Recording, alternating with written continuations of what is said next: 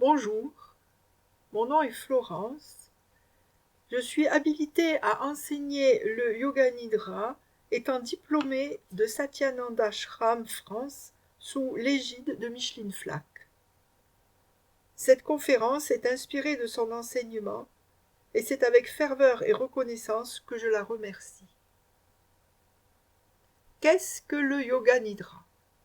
Le Yoga Nidra est connu comme technique de relaxation, mais en fait vise à un parfait équilibre physique et mental. Il apporte un état de complète quiétude dans toutes les dimensions de notre personnalité. Il peut aussi contribuer à amener l'illumination et la réalisation du soi. La pratique est fondée sur la rotation de la conscience, dans laquelle on passe mentalement en revue les différentes parties du corps. Et là réside le secret de son efficacité. C'est la partie la plus importante du Yoga Nidra, c'est la rotation de conscience. Il ne faut pas la zapper, c'est vraiment, ça apporte une détente complète du corps, mais vraiment très intense. Et on peut faire même plusieurs rotations de conscience. Il y a plusieurs techniques. On peut le faire avec le son Om, avec la lumière, pour les enfants, avec des petites bestioles qui leur touchent les parties du corps. Ça peut être très rigolo. Et c'est vraiment efficace. Et on peut aller dans les profondeurs du corps, jusque dans les organes. Hein. Donc, c'est vraiment l'efficacité du Yoga Nidra. Et après, vous avez d'autres techniques yogiques qui sont utilisées dans le Yoga Nidra. Notamment ce qu'on appelle antarmona, c'est-à-dire l'écoute des bruits extérieurs et le fait de se détacher des bruits. Ce qui permet après, plus tard, par exemple pour des étudiants, de pouvoir travailler dans un bruit intense, parce qu'ils ont rentré leur sens vers l'intérieur, particulièrement le sens de l'ouïe, et ils ne sont dirigés uniquement que vers l'intérieur d'eux-mêmes. Il peut se passer plein de choses autour, ça ne les perturbera pas. Et c'est des techniques qu'on utilise dans Yoga Nidra. Évidemment, on utilise aussi des techniques de pranayama, c'est-à-dire le souffle, la pratique du souffle. C'est important, on prend vraiment conscience de son souffle dans le corps. À travers le Yoga Nidra, on est détendu, donc il n'y a pas de tension ni au niveau du dos, ni au niveau de la posture. Et aussi, on peut arriver à une certaine méditation, une concentration, puisqu'on fait beaucoup d'exercices de concentration à la fin du Yoga Nidra, on fait des visualisations, ça permet de développer les deux parties du cerveau, le cerveau droit et le cerveau gauche. Voilà, ça c'est pour les techniques. Visualisation intérieure. Donc l'ensemble constitue une méthode vraiment polyvalente, très, très diverse. Et ça peut arriver à une certaine méditation, une certaine compréhension de soi au plus profond de soi. Et ce qui convient autant aux débutants qu'à des élèves avancés. Pourquoi cette importance du Yoga Nidra dont, depuis des siècles, les saints et les sages de l'Inde affirment que la paix et le calme ne peuvent s'obtenir que de l'intérieur et pas de l'extérieur. Quand on veut obtenir quelque chose, on ne peut compter que sur soi-même. Ce n'est pas les événements extérieurs qui vont forger notre vie. Il faut y aller, quoi. Il faut avoir des tripes, on doit œuvrer pour nous-mêmes et on ne peut compter que sur nous-mêmes.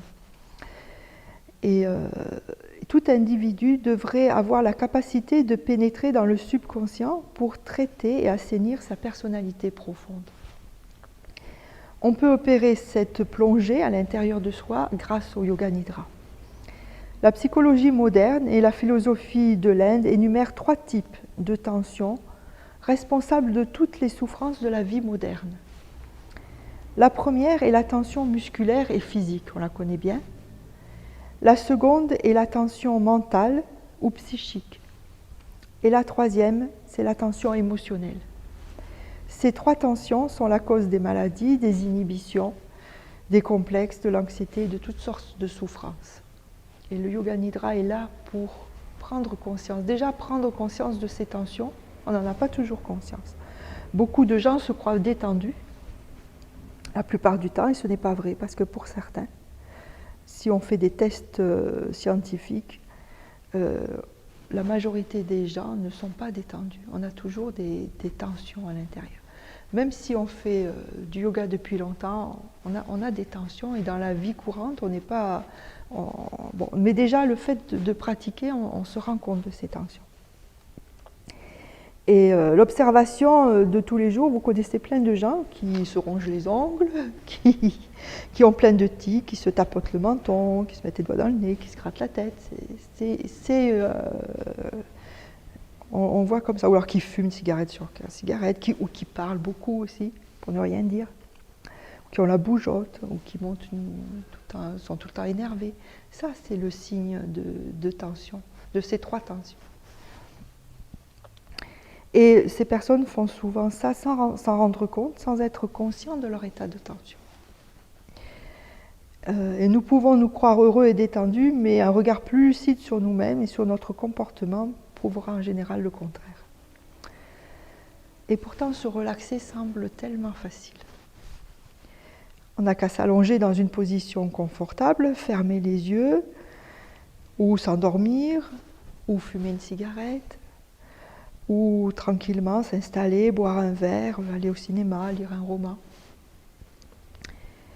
Ou dans un club, ou alors pour obtenir cette relaxation, vous allez peut-être aller chercher des médicaments chez votre pharmacien. Ou alors vous allez prendre des vacances. Mais tout ça, ça ne donne que provisoirement un relâchement des tensions. C'est sûr que quand on a fini nos vacances, on se retrouve de nouveau avec les mêmes tensions au travail et tout. Donc le but de cette relaxation spéciale, c'est d'arriver à gérer ces tensions et à pouvoir arriver à un état de relâchement, quelles que soient les circonstances. Voilà. Donc, et même pendant le sommeil, ce qui est grave, même pendant notre sommeil, nous continuons à avoir nos tensions de la vie courante. Et ça, c'est grave, parce que le sommeil, il devrait être réparateur. Et souvent, on voit plein de gens qui n'ont pas un sommeil réparateur, qui sont obligés de prendre des somnifères d'abord pour dormir, qui n'arrivent pas à se calmer et tout ça. Et bon, toutes ces techniques dans le yoga nidra de relaxation amènent à cet état de relâchement et de détente. Ce qui ne veut pas dire qu'on devient mou. C'est autre chose. On arrive à être un petit peu détaché et conscient de ce que l'on fait et conscient de s'il va y arriver une émotion, de comment elle va arriver, comment on va la gérer. Ça aussi, c'est une des techniques de yoga nidra, c'est la gestion des émotions. C'est de pouvoir, par exemple, pendant le cours de yoga nidra, éprouver une émotion intense, se retrouver dans la situation d'une émotion intense, mais comme on est en relaxation, comme on est complètement relâché, on a ce recul face à cette émotion et ça se passe mieux. Disons que ça, on arrive quand même à la voir venir, à dire tiens, il m'arrive ça, tiens, je peux peut-être la gérer un peu mieux. Tiens, mon pouce accélère, mon cœur bat plus vite, par exemple, puisque je fais pour cette étudiante. Coucou Sophie. On peut mieux, par exemple, face à un stress comme un examen, de voir, d'abord d'observer son corps, de se dire tiens, je suis énervée, j'ai les mains moites, mon pouce accélère, je bouge dans tous les sens, je respire mal, je respire par saccades. Bon, déjà, il y a l'observation, c'est déjà pas mal. Puis alors, on peut se dire, bon, ben, on va souffler déjà, hein. On va se calmer. On peut se mettre sur une chaise dans un petit coin et puis se dire, bon, je vais appliquer quelques techniques de yoga nidra que j'ai appris. Simplement une rotation de conscience. Vous êtes sur la chaise et vous pratiquez une rotation de conscience. Déjà, on relâche un petit peu le musculaire. Pratiquer quelques respirations aussi, parfois ça suffit. C'est la même chose quand vous attendez la salle d'attente d'un docteur. Vous pouvez le faire aussi. Voilà, toutes sortes de circonstances dans la vie. Voilà. Ce qui est important dans le yoga nidra et ce qui fait donc l'originalité de cette technique, c'est la rotation de conscience, bien sûr, ça c'est primordial, mais c'est aussi le sankalpa. C'est-à-dire le sankalpa, sankalpa, ça veut dire parole forte. C'est une parole qu'on se donne à nous-mêmes et quelque chose qui nous tient vraiment à cœur, qu'on voudrait voir se réaliser dans notre vie immédiate ou au plus lointain. Bien sûr, par exemple, pour les personnes qui ont un examen à passer en fin d'année, elles peuvent se focaliser par leur sankalpa là-dessus. Ou quelqu'un qui est en mauvaise santé et qui veut guérir, qui a vraiment, par exemple, de très graves problèmes de santé, on peut placer le sankalpa là-dessus. C'est pas égoïste, il faut penser d'abord à soi, parce que si nous allons mal, tout notre entourage va mal. Mais d'une manière générale, le sankalpa doit être évoqué dans un but, disons, plus universel.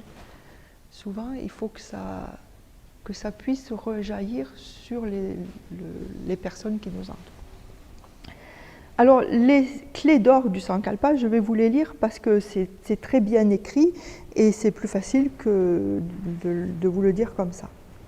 Donc, le premier point, ce sankalpa, donc c'est une résolution de vie, un projet, c'est de le définir dans une formule courte et claire avec un objectif de progrès personnel. Deuxième point, cette formule est exprimée au présent, elle est de nature positive et surtout ne comporte pas de négation. Parce que vous allez impliquer à votre cerveau, qui est dans un état de conscience où il est beaucoup plus réceptif à toutes les paroles, une négation. Donc il faut toujours le prononcer de façon positive. Ce sankalpa est répété au début et à la fin du yoga nidra, mais également vous pouvez le répéter le soir avant de vous endormir et le matin juste au réveil. Pourquoi ? Parce que nous sommes dans des états de conscience différents. Juste le matin avant de vous réveiller, je ne sais pas si vous en avez fait l'expérience, parfois on ne sait plus où on est.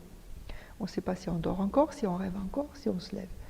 C'est un état de conscience spécial qui est mesuré scientifiquement. Il y a des ondes spéciales du cerveau à ce moment-là. Donc le cerveau est beaucoup plus subjectif à ce moment-là. Le soir aussi, avant de s'endormir, c'est exactement le même état de conscience. Je ne sais pas, on flotte un petit peu, là, on est entre deux. Juste avant de s'endormir, on est bien tranquille, complètement relaxé. Bon, pour ceux qui arrivent à bien dormir, bien sûr. Et là aussi, le cerveau est vraiment le plus apte à entendre cette parole. Et pour les étudiants, justement, c'est très bien aussi. On peut mettre même les cours sous l'oreiller, c'est conseillé, ou de relire ces cours, quelque chose d'important qu'on doit savoir le lendemain matin, de le relire avant de se coucher. Le cerveau enregistre mieux. Voilà. Donc, ce sankalpa vous concerne personnellement, c'est ce que je disais, mais elle implique aussi le bien-être, la prospérité, la santé, en bref, le succès d'autres personnes. C'est sûr que ça va faire une cascade. Si vous guérissez de quelque chose, votre entourage va aller mieux, vous allez pouvoir mieux vous consacrer à eux, et puis même aussi au monde extérieur, vous allez peut-être faire des projets associatifs, etc. etc. C'est une cascade en chaîne. Au moment de la répétition, ce qui est très important, vous éprouvez le sentiment de sa réalisation comme si vous viviez déjà la joie et la réussite que vous affirmez. Vous vous mettez vraiment dans l'état où, par exemple, vous êtes en parfaite santé. Où vous récupérez toute votre forme. Ou, par exemple, pour cette étudiante, pour Sophie, où elle est vraiment, elle a réussi son examen. Elle est devant le tableau des résultats, elle sait qu'elle a réussi et elle se voit dans sa nouvelle vie, dans la réussite de cette nouvelle vie. Alors, très important aussi, le sankalpa ne doit pas être évoqué dans un moment de colère, de chagrin ou de stress, qui contredit la qualité requise lors de sa répétition. Ça se comprend, bien sûr. Parce que là, vous allez être dans la volonté. Si vous êtes dans la colère et que vous dites « je veux réussir mes examens, je veux guérir », c'est pas que c'est négatif, c'est que vous êtes dans la volonté. Vous allez renforcer votre volonté, votre force de caractère, mais vous n'allez peut-être pas obtenir ce que vous vouliez. Et enfin, rappelez-vous que le sankalpa représente autre chose qu'une simple autosuggestion. C'est un désir profond qui affleure à la conscience avec la force d'une évidence. Acceptez de prendre du temps pour découvrir ce que vous voulez vraiment être. Ça s'adresse à des adeptes du yoga. Et on ne trouve pas de suite son sankalpa. c'est vrai qu'on a des désirs de mieux-être, de guérir de certaines tensions dans le corps, on en a tous, par exemple d'améliorer son travail, de voir ses enfants réussir dans la vie, des choses comme ça. Mais il y a quelque chose de plus profond qui affleure vraiment du fin fond de notre conscience et qu'on voudrait voir se réaliser. C'est comme réussir sa vie, vraiment réussir la vraie vie, être vraiment sincère envers soi-même et voir vraiment ce qu'on veut. Alors parfois ça peut être très difficile parce que on peut choisir quelque chose d'un peu élevé et on voit, parce que le Sankalpa se réalise vraiment, que tout autour dans sa vie, il y a des choses qui changent. Et parfois c'est un petit peu dur parce qu'on ne s'attend pas à ce que tout ça change. Par exemple, la personne qui va prendre comme Sankalpa, je ne sais pas, vous donne un exemple, je réussis ma vie, je réussis ma destinée, je vis en fonction de ma destinée par exemple. Mais sa destinée, elle la connaît peut-être pas. Peut-être sa destinée, elle va passer par toutes sortes de choses, de changements qui ne seront peut-être pas toujours très agréables et qu'il faudra peut-être accepter. J'avais l'exemple d'une personne qui me disait, depuis que je fais Yoga Nidra, je me sens pas mal, mais d'abord on se rend compte de ses tensions déjà, on se rend compte de ses souffrances. Déjà, se rendre compte de ses souffrances, d'être lucide par rapport à ce qu'on vit, c'est déjà quelque chose. Voilà. Parce que ça t'oblige à te poser la question, qu'est-ce que je veux vraiment dans ma vie? Oui. Puisque tu dois formuler. Voilà. Donc c'est vraiment... Forcément ce qui va pas déjà. C'est pour ça qu'il y a des gens qui...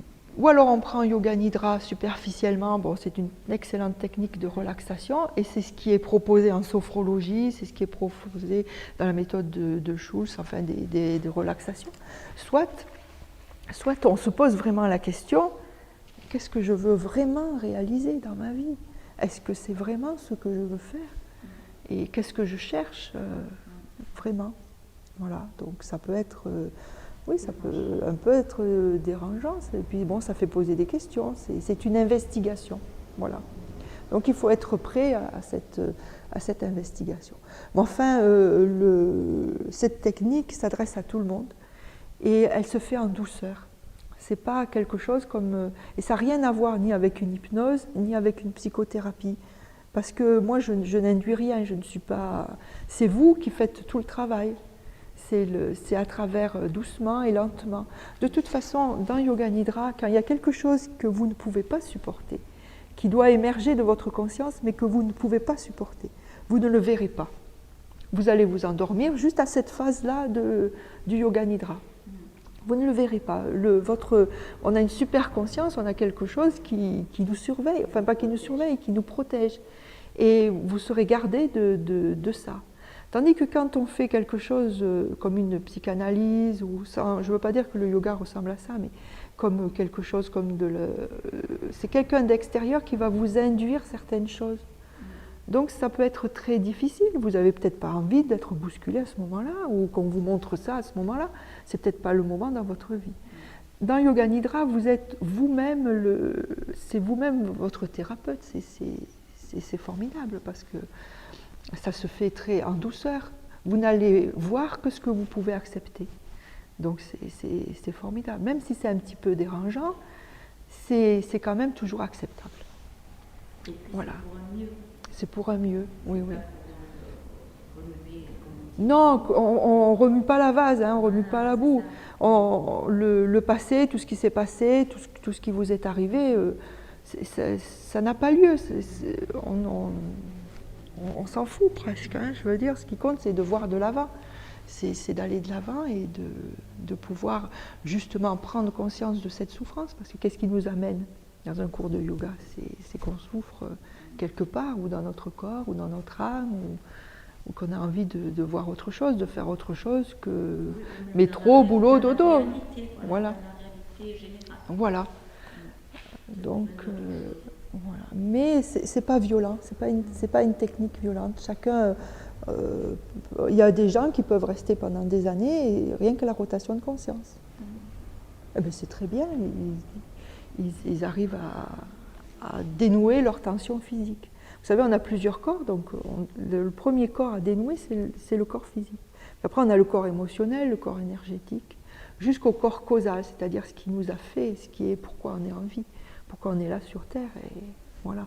Donc on découvre petit à petit ces différentes couches, et c'est une plongée à travers ces différentes couches.